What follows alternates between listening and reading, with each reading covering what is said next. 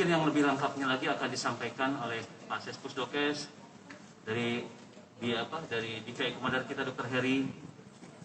Setelah itu rekan-rekan boleh menanyakan hal-hal yang berhubungan dengan kegiatan pada kesempatan siang ini, dan kegiatan press release ini pun akan kita atur jadwalnya sehingga rekan-rekan akan bisa mengupdate data dan bisa memberikan info yang terkini bagi keluarga korban. Bila ada kekurangan pelayanan pada kesempatan ini, saya mohon maaf. Kita tetap bekerja sama membangun soliditas yang lebih baik. Demikian saya sampaikan. Terima kasih. Wassalamualaikum warahmatullahi wabarakatuh. Assalamualaikum warahmatullahi wabarakatuh.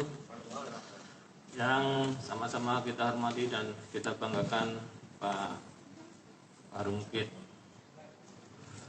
Rumah Sakit Bayangkara tingkat 1 RSI Sukanto dan rekan-rekan sekalian media serta para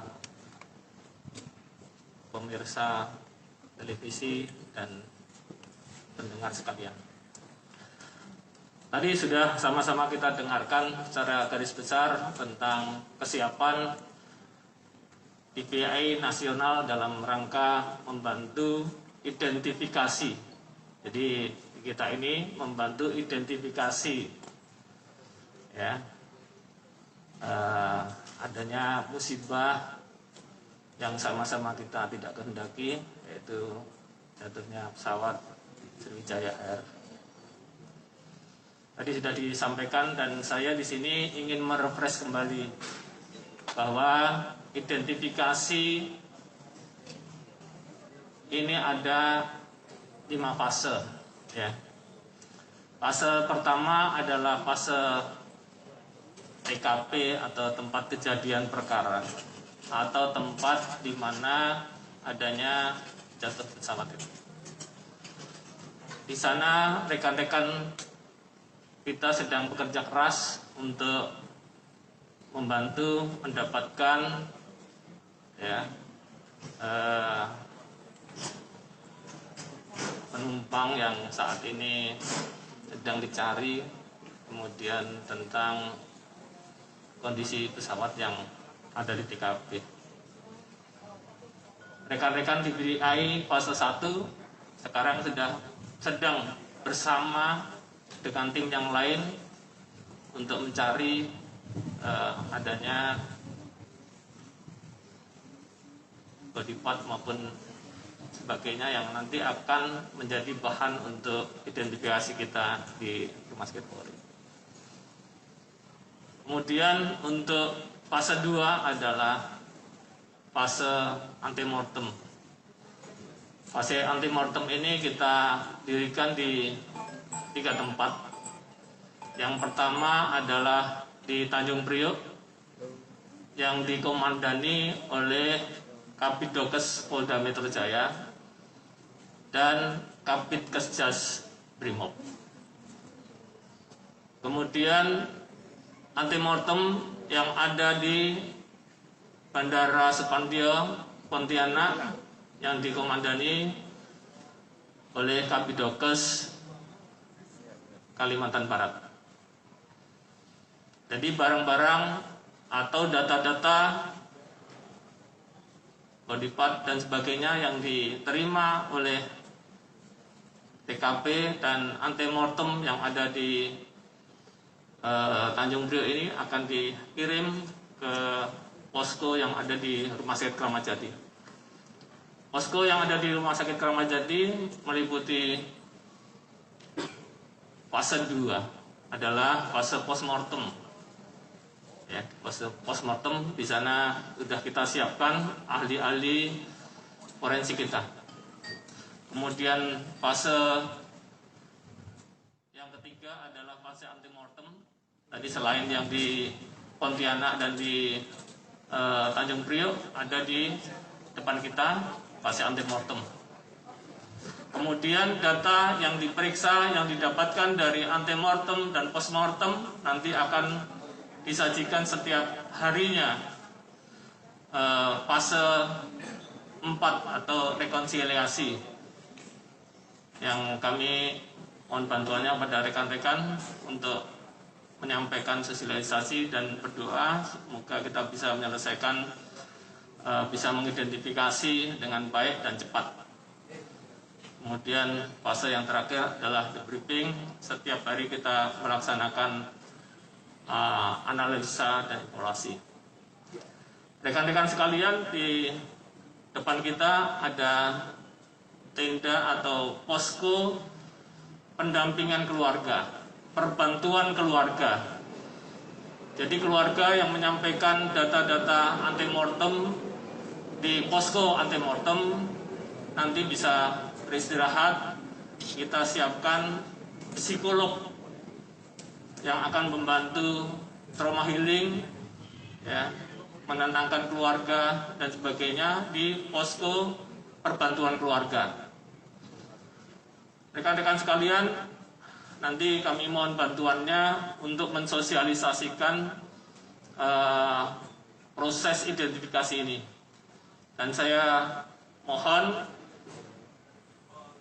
keluarga, para penumpang yang berasal dari luar Jakarta, atau tepatnya kita buka posko antemortem di Pontianak, tidak usah ke Jakarta, tetapi tetap di Pontianak. Dan adanya alamat-alamat di luar Jakarta, Pontianak, Kapidokes di kewilayahan sudah menyatakan membackup sepenuhnya untuk operasi DJI ini. Itu yang saya sampaikan dari Puskesmas sebagai wakil DJI Komander Nasional. Dan selanjutnya nanti akan dijelaskan secara detail oleh Komandan DVI, Dr. Kombes Pol Dr. Heri, spesialis forensik. Waktu dan tempat kami. Terima kasih. Assalamualaikum warahmatullahi wabarakatuh. Selamat siang, salam sejahtera bagi semuanya. Pertama-tama mari kita panjatkan syukur pada Allah SWT yang telah memberikan rahmat kepada kita semuanya. Salawat serta salam kita aturkan pada junjungan kita Nabi besar Muhammad Sallallahu Alaihi Wasallam.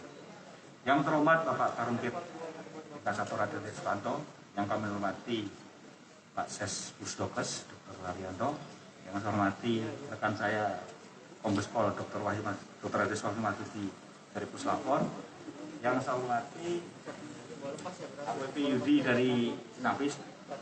Mohon izin menyampaikan operasi DVI ini sesuatu yang menjadi tugas pokok dari Puskesmas Polri, karena kami mempunyai kemampuan untuk melaksanakan operasi DVI dan mempunyai kompetensi untuk itu. Dalam operasi ini kami sudah merancang suatu rencana operasi mulai dari operasi di fase 1 sampai operasi yang fase selanjutnya. Dari fase 1 dikomandoi oleh dari Polda Metro yang dari Puskesmasnya. Kemudian dari fase postmortem kami ada menyiapkan di belakang di ruang kamar jenazah. Kemudian dari posko antemortem kita ada juga di Bandara Supadio dan di Pontianak dan di Rumah Sakit Sukanto. Saya akan menyampaikan mengenai alur dari operasi tersebut. Jadi karena ini dalam masa pandemi COVID, jadi nanti kalau rekan-rekan dari media melihat di sana ada tempat cuci tangan, ada protokol kesehatan yang kami akan laksanakan, memang itulah yang kita bedakan antara operasi di masa pandemi dengan operasi di masa seperti biasanya. Kemudian juga saya minta juga untuk tetap kita melaksanakan 3M, memakai masker, mencuci tangan, menjaga jarak, dan mencegah kerumunan. Ini tolong nanti lihat. Kemudian kalau nanti di sana ada tim antemortem dimulai dari protokol kesehatan, kemudian dilakukan pendataan, dilakukan rapid test. Karena di masa pandemi, jadi kami membatasi keterlibatan personil atau keluarga yang melaksanakan di posko antemortem. Setelah dia dilakukan pemeriksaan rapid test, seandainya dia tidak reaktif, kemudian dilanjutkan dengan dianamnesa di ruang antemortem interview. Jadi tepatnya di dalam. Kemudian dilanjutkan dengan pemeriksaan DNA sampling. Nah, pemeriksaan DNA sampling ini untuk pemeriksaan kerabat dekat yang nanti segaris darah atau yang diperkirakan bisa untuk melakukan identifikasi. Kemudian dari keluarga akan dilanjutkan untuk dia antar ke Family Assistance Unit yang nanti ada pendampingan yang tadi disampaikan oleh Bapak Sesbidokes. Dari antemortem tadi akan digali data, mulai dari ada tidaknya pemeriksaan DNA kalau memang sudah ada. Inilah pentingnya kalau kita mempunyai data antemortem DNA, seandainya kita ada, itulah yang kita akan programkan. Sebenarnya memang ini cita-cita kami. Kalau ada seperti itu, saya yakin dalam beberapa saat kita akan bisa membandingkan, karena kita sudah punya datanya. Kemudian pemeriksaan sidik jari nanti kalau dari ijazah atau KTP, dan kebetulan kami juga ada keterlibatan dari Dispenduk Capil dan Inavis, punya kemampuan untuk sidik jari dan sidik iris. Kemudian pemeriksaan odontologi dental dari rekam medik, medis maupun properti. Kami sudah koordinasi dengan pihak Sriwijaya untuk mendapatkan passenger list yang detail, termasuk seat number, termasuk juga CCTV yang nantinya akan kita capture satu persatu dari masing-masing passenger yang pada saat boarding. Kemudian dari posko postmortem, kalau tadi dari antemortem kami melibatkan 51 ahli. Kemudian dari postmortem kita melibatkan 25 ahli, termasuk dari forensik, odontologi forensik, nanti ada dari toksikologi forensik, kemudian dari antropologi dan sebagainya.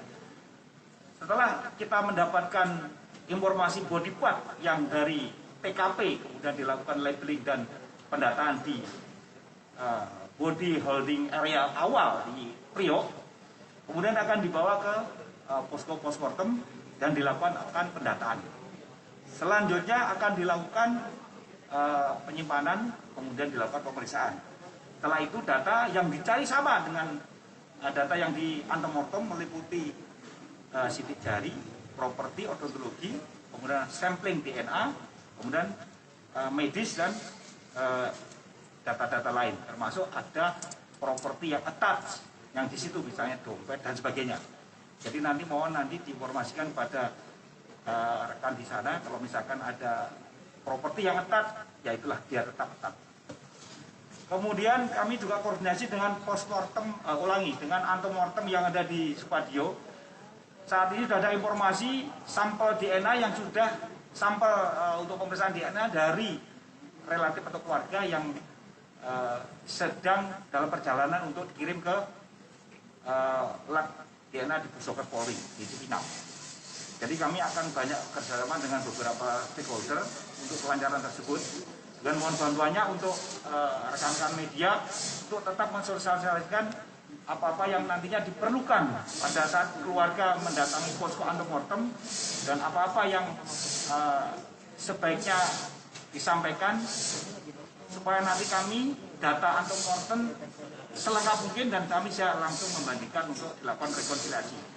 Rekonsiliasi akan dilaksanakan di gedung DVI dan nanti di ruang lobi utama.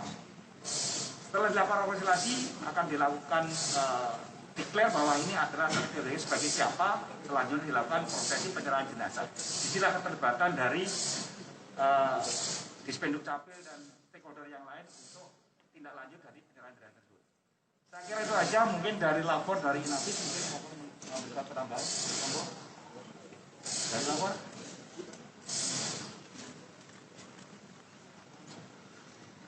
Terima kasih. Assalamualaikum warahmatullahi wabarakatuh.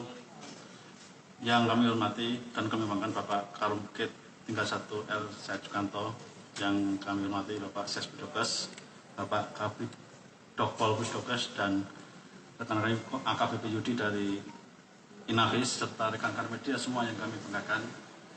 Pada kesempatan ini kami dari Puslapor Baris Krim Polri sangat mendukung kegiatan tim dari DVI Pusdokes Polri. Dalam hal ini kami dari bidang kimia biologi forensik utamanya full membackup laboratorium DNA dari Pusdokes.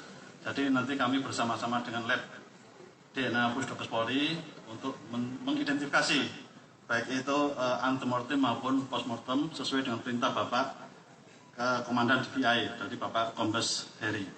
Kemudian kami juga nanti akan melakukan bantuan backup untuk pemeriksaan toksikologi forensik apabila di mana ditemukan barang bukti yang perlu untuk identifikasi sesuai dengan perkembangan yang terjadi. Jadi mungkin itu yang bisa kami sampaikan dari Puslafor. Waktu kami kembalikan kepada Bapak Karumkit. Terima kasih. Assalamualaikum warahmatullahi wabarakatuh. Terima kasih Pak. Demikian saya buka, ada pertanyaan dari rekan-rekan, silakan. Lanjut langsung ya Pak.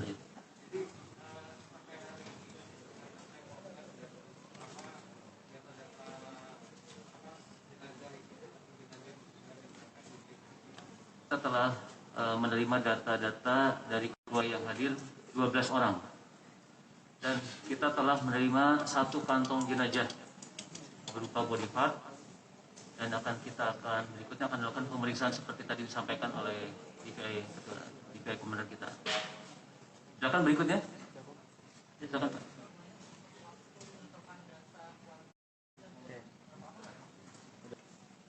Ya.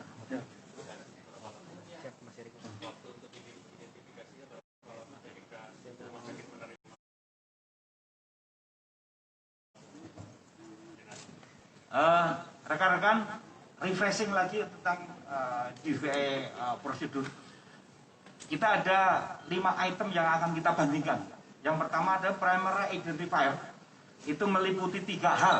Yang pertama adalah sidik DNA, yang kedua sidik jari, yang ketiga adalah data gigi atau odontologi data. Itu adalah primer. Apabila salah satu atau dua-duanya atau tiga-tiganya itu match, berarti dia akan teridentifikasi. Yang kedua adalah secondary identifier, adalah medis dan property. Jadi syaratnya kalau medis dan property itu harus 2. Sehingga untuk melakukan declare itu tergantung ketersediaan dari data antemortem dan data postmortem.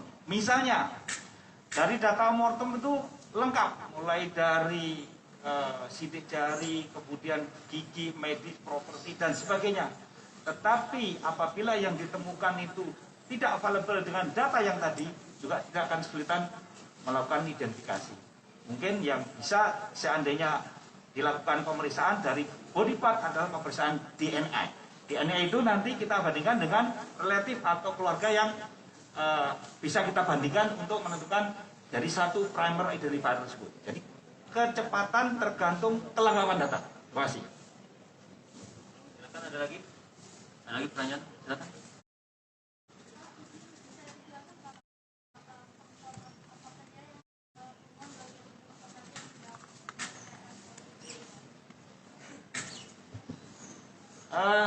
Jadi ada 2 hal yang mungkin perlu dipahami. Kita ada body part dan body.